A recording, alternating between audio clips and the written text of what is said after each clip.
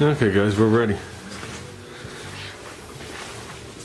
Let's take care of some of these areas and we'll seal her up and we'll be good to go.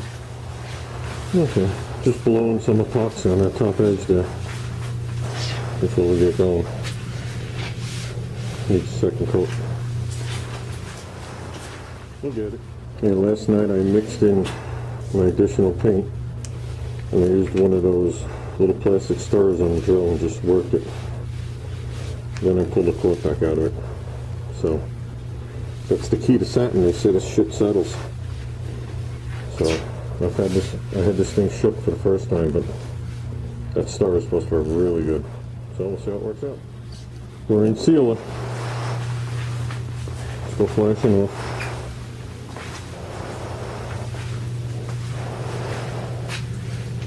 So I walked the car doing it for a little bit of practice. So, easier to walk the car on the side than it is for that roof, I can tell you that. Oh, coat one. A little blotchy like it is. Nice to see this thing back in black. Little tiny spots of trash, but I think we're doing okay. So it looks when it satins down. I don't really want to hang my head all over it, put even more dirt in it. So, I think I pretty much covered everywhere.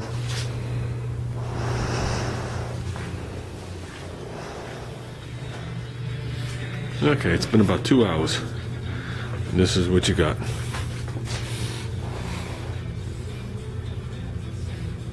I guess it's hard to tell with the blurry spot. The light areas you see are just reflections from the lights on the wall. Because when I look at it in here, it looks uniform straight across. I have no striping whatsoever. So, little bits of trash in the cove, like you'd expect. Except it's there for life. So, definitely pleased. So, if I can get the rest of the car to look like this, would be golden. So, fender came out good. I slid it over here before. I looked at that before. And definitely a nice rich black, just the right sheen. So they talked about 2 wet coats, so I laid it on. First coat pretty much covered. First coat's easy, second coat's hard. I was able to get my head just right to see the sheen difference. Held the gun about 6 inches away, fan pattern was mint, gun was spraying like it never sprayed before. So that was definitely a good repair to the gun. Okay, we got the paper off.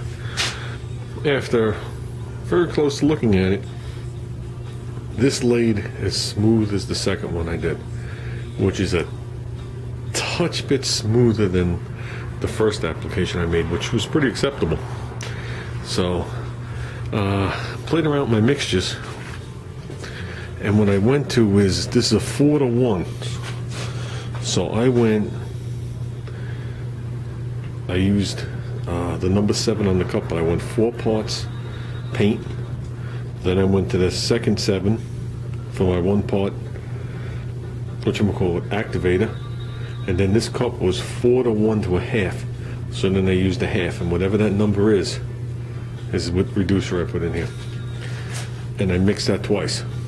So I have a set number for when I continue to paint the car, instead of guessing and whatever it is. And I wound up with enough extra paint to easily paint the gate, and possibly that front piece, but I'm not sure, but easily do the gate. So I'll mix up the same amount next time, which is about a week or so, and I'm going to do the right side with the gate.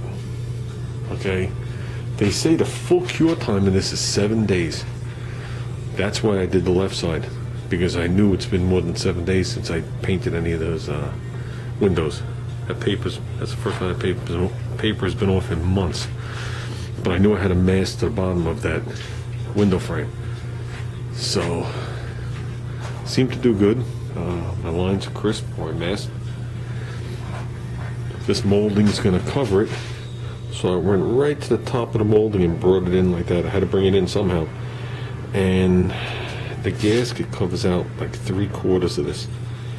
in the back, it covers it to the end, and on the bottom, obviously, it matches.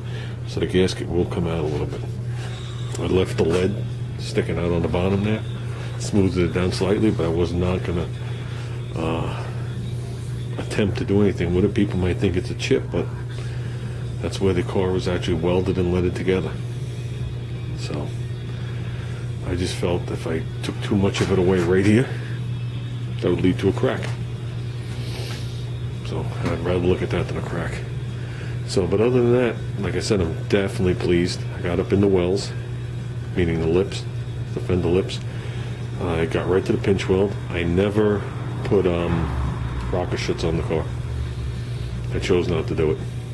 So I could do it down the road, just tint it black. It'd have a different sheen, but it'll all be the same in the end. So that's the way I used to do it. I used to just tint it black and shoot it on the bottom as a black stripe. So none of the wet or none of the original paint lifted when I masked it and unmasked it. So that's a good thing. That just means that I guess everything I did underneath was correct enough to handle the static load of peeling tape. And I guess that's it. Obviously the door is not latched, it's just sitting there. So now I can't wait to see the car done with the right wheels on it. I know you guys, you've seen them over time, but I think we're either going to put the pie crust back on the back, or I got the satin black Steelies with the Hoosier slicks in the back. The front of the Fenton 3.5 with the Moroso drag specials on the front, taller than those. That's what's going on in the car. So, and we're gonna go with the original scoop again, the aluminum scoop. And like I said, this is gonna be fully leaded. I want the name of the car to go from the front fender to the door to this quarter. And a little advertisement here. So, I think it's gonna look good outside. Definitely pleased. Definitely pleased.